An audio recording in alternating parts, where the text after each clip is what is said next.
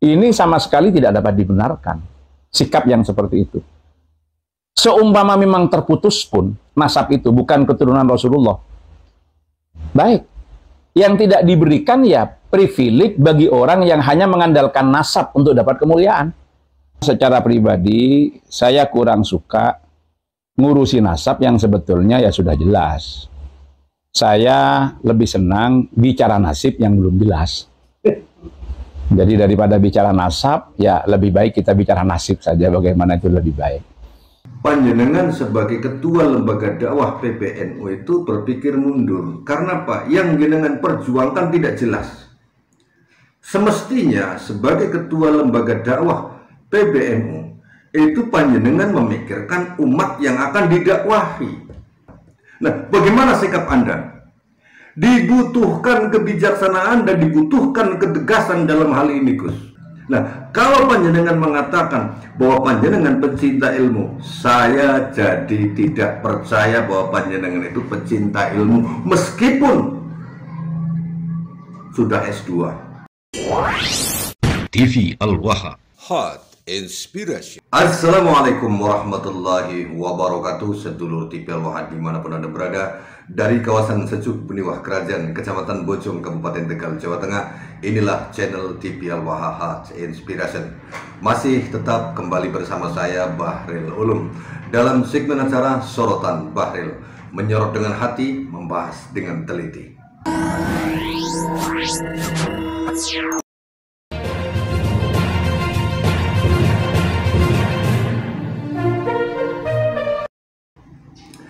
Sedulur TV Al-Waha, pada perjumpaan kali ini kita akan menyoroti dan membahas tentang statement yang dilontarkan oleh Kiai Haji Dr. Abdullah Samsul Arifin atau yang dikenal dengan Gus Ab.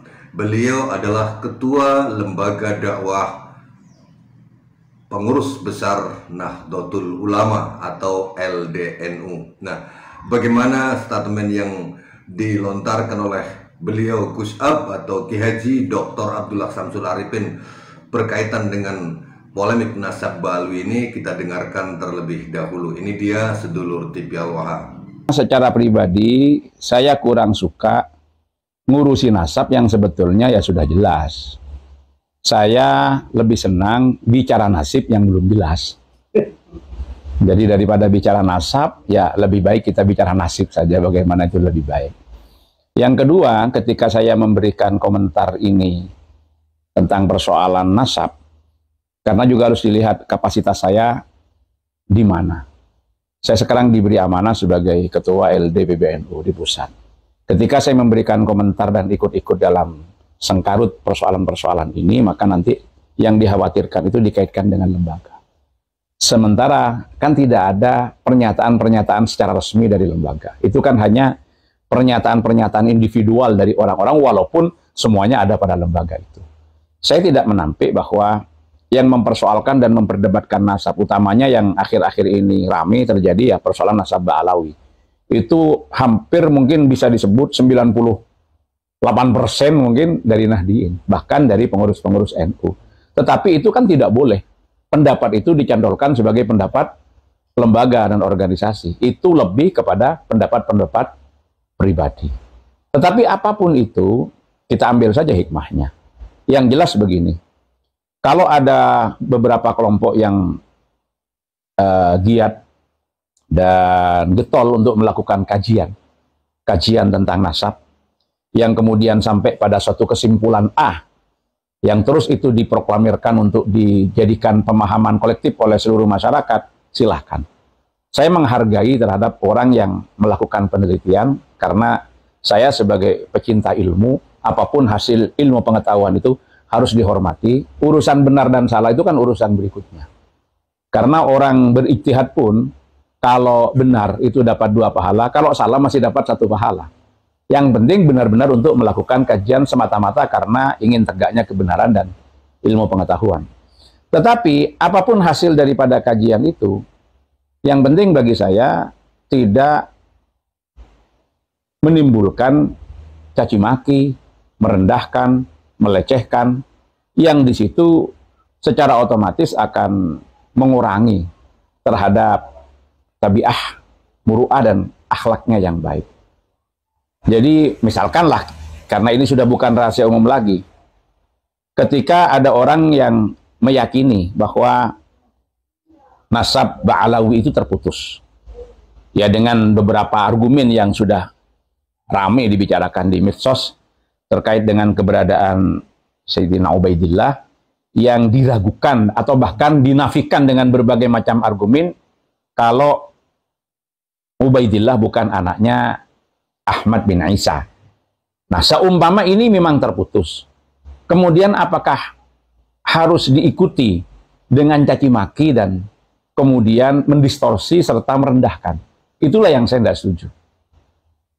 Apalagi yang dicaci maki dan yang dihina itu adalah orang soleh, orang lebih tua, orang alim, atau bahkan ada sanad keilmuan karena mereka adalah guru dari kita.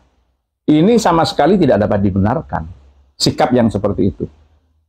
Seumpama memang terputus pun nasab itu bukan keturunan Rasulullah, baik, yang tidak diberikan ya privilege bagi orang yang hanya mengandalkan nasab untuk dapat kemuliaan. Tetapi bukan penghormatan kita itu kemudian menjadi tidak ada bagi mereka yang dalam tanda petik saya sebutkan tadi. Bagi mereka yang soleh, bagi mereka yang ahli ibadah, bagi mereka yang berilmu, bagi mereka yang lebih sepuh, bagi mereka yang merupakan sanad guru kita. Kan kita tetap wajib memuliakan, karena kita tidak memandang nasabnya siapapun. Tapi seandainya itu ternyata masih nyambung, atau muhtamal nyambung, lah kan tambah berat kita. Makanya itu yang saya gunakan, prinsip al-khuruj anil khilaf mustahab itu. Kalau saya secara pribadi berprinsip begini, Imam Malik itu mengharuskan membasuh seluruh kepala dalam wudhu.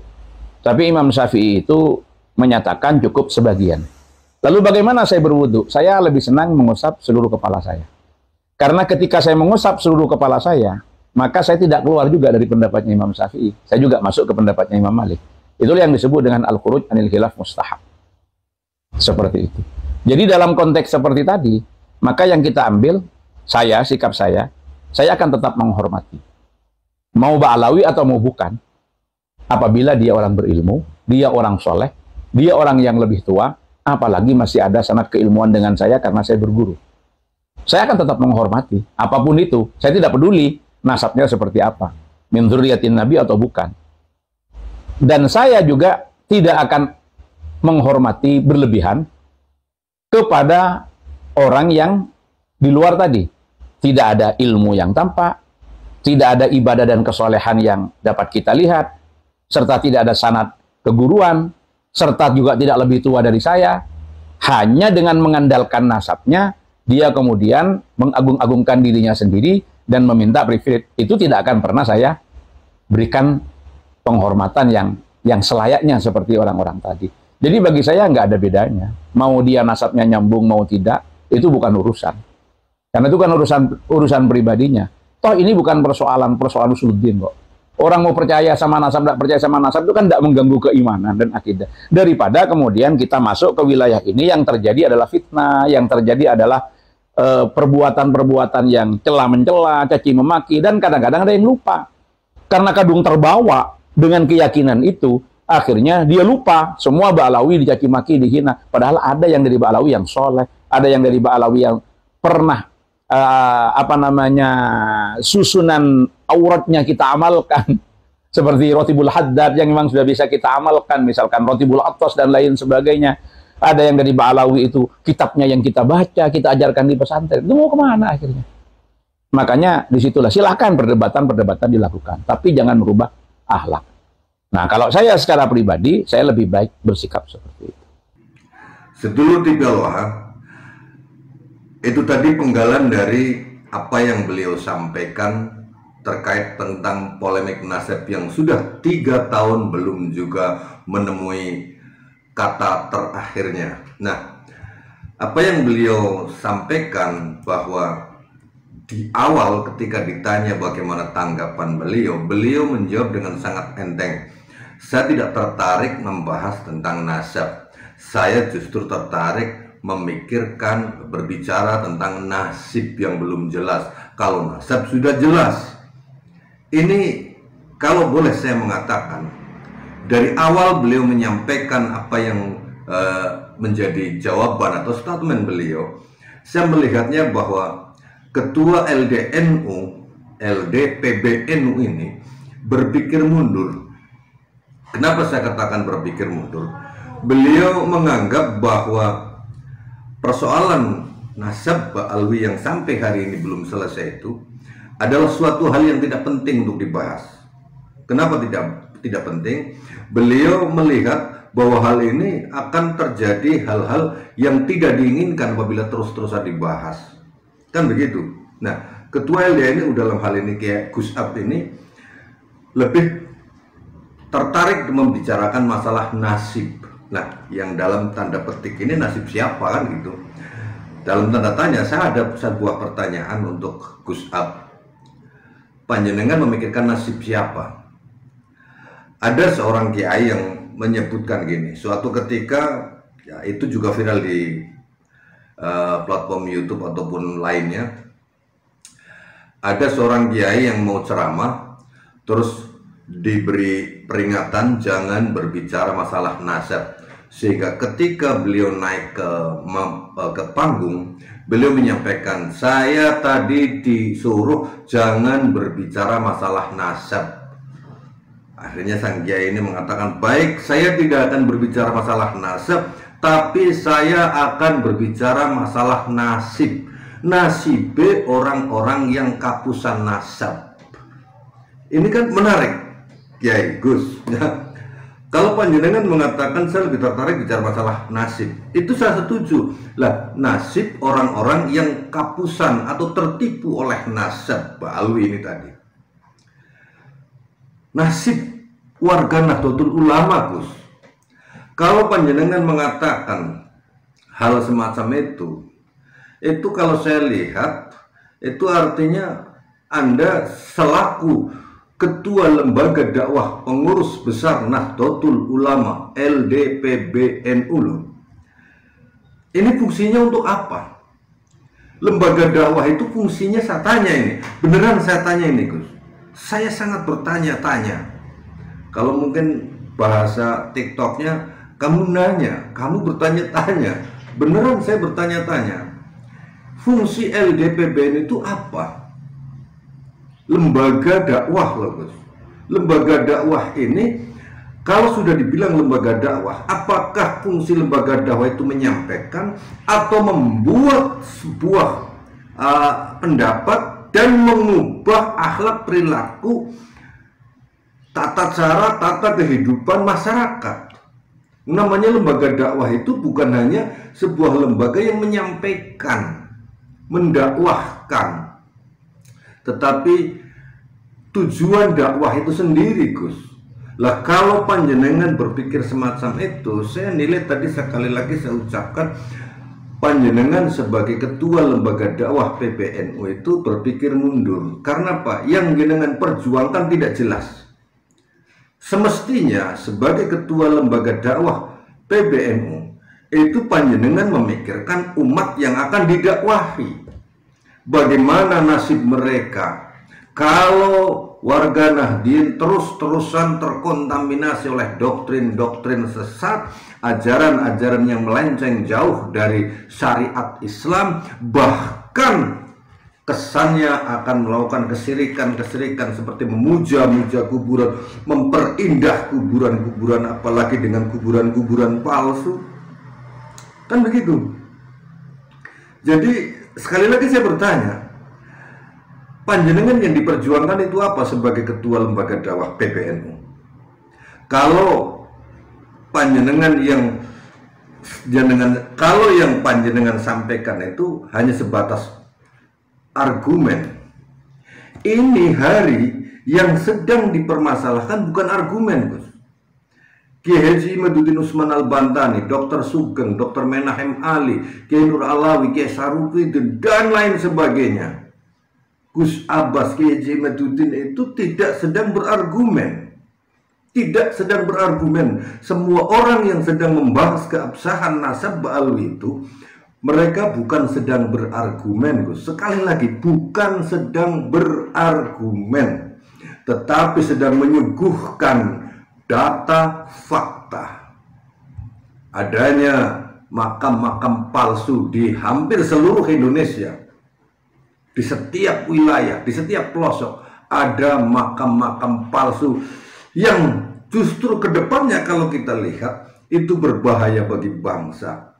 Israel hanya dengan 300-an makam itu bisa memporak-porandakan Palestina, dan mereka bisa mengklaim bahwa wilayah Palestina adalah wilayahnya Israel. Sementara 70-an tahun yang silam ketika Indonesia baru merdeka, Israel itu tidak memiliki wilayah di Palestina. Mereka adalah imigran, mereka adalah orang-orang yang meminta suaka politik kepada Palestina. Saat Indonesia baru merdeka, saya mohon maaf, ini bukan mengajari Gus Ab, ini bukan mengajari panjenengan Gus, tetapi hanya mengingatkan bahwa saat Indonesia baru memproklamasikan kemerdekaannya tahun 45, Palestina itu negeri yang aman damai. Bahkan tercatat dalam sejarah, Palestina adalah negara pertama yang mengakui kemerdekaan Indonesia ini. Tetapi kenapa sekarang Palestina menjadi negara yang terjajah, terintimidasi oleh Israel? Karena ternyata Israel membuat sebuah agenda rahasia untuk merebut tanah Palestina itu dengan cara licik, diantaranya membuat situs-situs sejarah palsu. Hanya dengan 300-an makam tercatatnya. Lah kalau di Indonesia sudah lebih dari 500-an bahkan ribuan makam palsu, ini kan bukan argumen, tetapi kita semuanya sedang menunjukkan fakta data. Ungkapan bahwa Habib bukan keturunan Rasulullah itu pun bukan argumen, tetapi sedang menyuguhkan fakta dan data. Dari mulai kitab-kitab nasab, manuskrip-manuskrip kuno, sampai tes DNA, itu kan bukan argumen. Sekali lagi bukan argumen. Jadi kalau Gus Ab mengatakan bahwa Kiai Haji Imaduddin Usman Al-Bantani, Gus Abbas dan lain sebagainya sedang berargumen, mohon maaf, itu keliru besar kalau tidak dikatakan salah besar. Itu keliru besar, karena beliau tidak sedang berargumen, tetapi sedang menyuguhkan data. Ini loh data dan faktanya, bahwa mereka menyebarkan ajaran-ajaran khurafat, bahwa mereka ternyata bukan keturunan Rasulullah, bahwa mereka adalah silsilahnya nyambungnya sampai ke Yahudi Askenazi. Mereka sedang, kita semuanya bukan sedang berargumen Gus, tetapi sedang menyuguhkan fakta dan data. Jadi kalau panjenengan menganggap semacam polemik nasab ini sesuatu hal yang tidak perlu dibahas, itu juga saya anggap sebagai sesuatu yang salah besar. Saya tidak mengatakan keliru, salah besar Gus. Dan apalagi kapasitas panjenengan itu sebagai seorang ketua lembaga dakwah, pengurus besar Nahdlatul Ulama. Saya tidak menyingkatnya ini, karena panjenengan lembaganya lembaga dakwah. Nah, dakwah itu kan punya misi dan visi. Lembaga dakwah Nahdlatul Ulama itu tidak hanya berfungsi menyampaikan ini Ramadan tanggal sekian mulainya, Idul Fitri mulai tanggal sekian, ini halal ini haram, bukan hanya sekedar itu, tetapi membuat masyarakat itu memahami apa yang benar. Katanya kulil haqqa walau kana murran. Sebagai misal, analogi yang sederhana begini Gus. Panjenengan memiliki 2 orang anak. Anak pertama, dia datang ke rumah panjenengan membawa sebuah tongkat emas. Nah, membawa sebuah tongkat emas. Dan dia berkata kepada anak panjenengan yang nomor 2. Anak nomor pertama berkata, saya telah mendapatkan tongkat dari Nabi Muhammad SAW. Ini tongkat emas ini adalah tongkat pemberian Nabi Muhammad. Dan siapa yang memegang tongkat ini harus dihormati. Saya harus menjadi pemimpin. Sekarang saya menjadi pemimpin di rumah ini. Kata anak pertama itu, karena memegang tongkat, dan dia katakan tongkat itu dari Nabi Muhammad.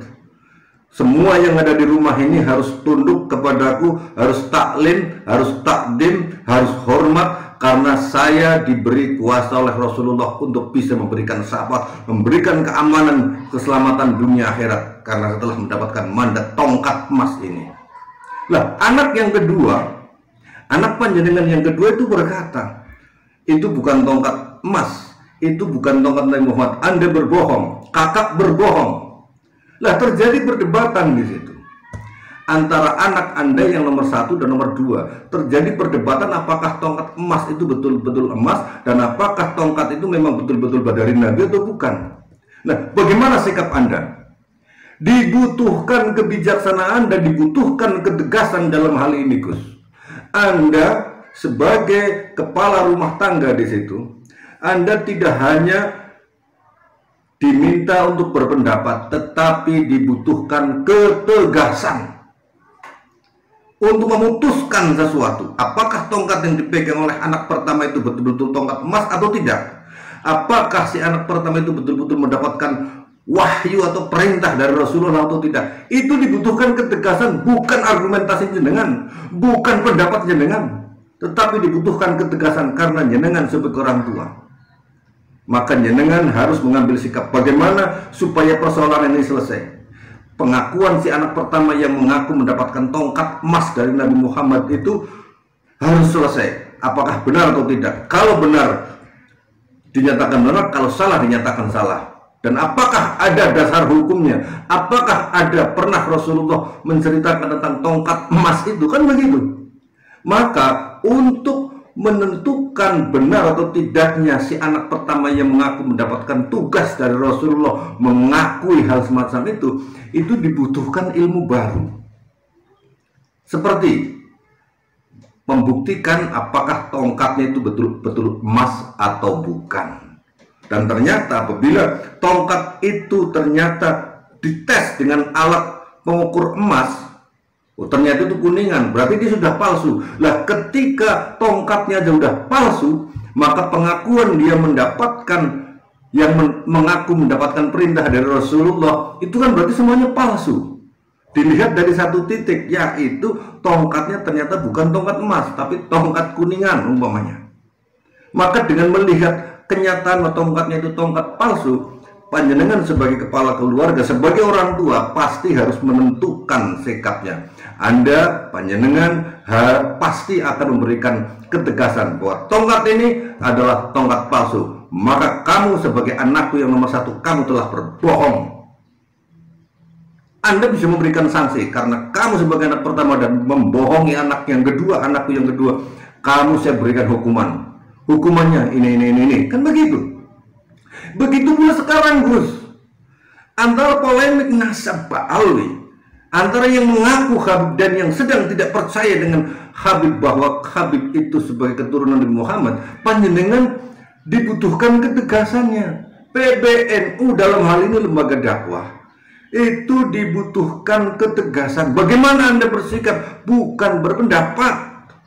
Kalau toh panjenengan tadi mengatakan tidak boleh mengait-ngaitkan dengan organisasi PBNU, lah ini semuanya yang sedang berpolemik, yang sedang berbeda pendapat adalah warga NU. Lah panjenengan sebagai pengurus PBNU itu ngurusi apa? Kalau bukan ngurusi umat, ngurusi organisasi, itu yang ngurusi umat. Maka kalau sudah dibilang ngurusi umat, ya apa yang sedang terjadi di umat itu ya Anda berikan ketegasan. Berikan dong ketegasannya, jangan hanya berpendapat secara pribadi. Kalau begitu apa fungsinya organisasi? Ketika ada persoalan di tengah masyarakat, kok tidak mau menyelesaikannya? Sama seperti lembaga-lembaga pemerintah dari mulai presiden sampai RT. Yang diurusi oleh presiden apa? Kan rakyat. Yang diurusi oleh RT yaitu rakyat. Dalam skup yang paling kecil, RT, rukun tetangga, ada permasalahan apa di masyarakat, diselesaikan di hadapan ketua RT. Kan begitu? Lah ini warga Nahdlatul Ulama sedang punya persoalan, ya harus selesaikan. Yang menyelesaikan siapa? Ya pengurus besar Nahdlatul Ulama dong. Masa hanya berpendapat, membiarkan itu terus bergulir semakin liar dan semakin liar? Itu Gus. Jadi saya melihat panjenengan berpikir mundur. Apalagi katanya nasihatnya sudah jelas. Ini ternyata jelas itu dulu. Sekarang begitu ditemukan ilmu-ilmu baru, teknologi-teknologi baru, ternyata mereka semuanya tidak jelas nasihatnya.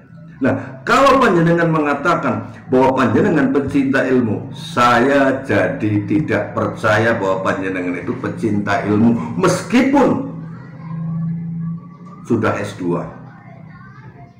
Karena apa? Karena dalam hal ini saya melihat panjenengan tidak mempelajari ilmu baru yang bernama tes genetika, ilmu filologi, ilmu nasab, sebagaimana yang disuguhkan oleh para peneliti, yaitu Kiai Haji Imaduddin Usman Al-Bantani, Profesor Menahem Ali, Gus Abbas, Dr. Sugeng, dan lain sebagainya yang sudah menyuguhkan fakta dan data.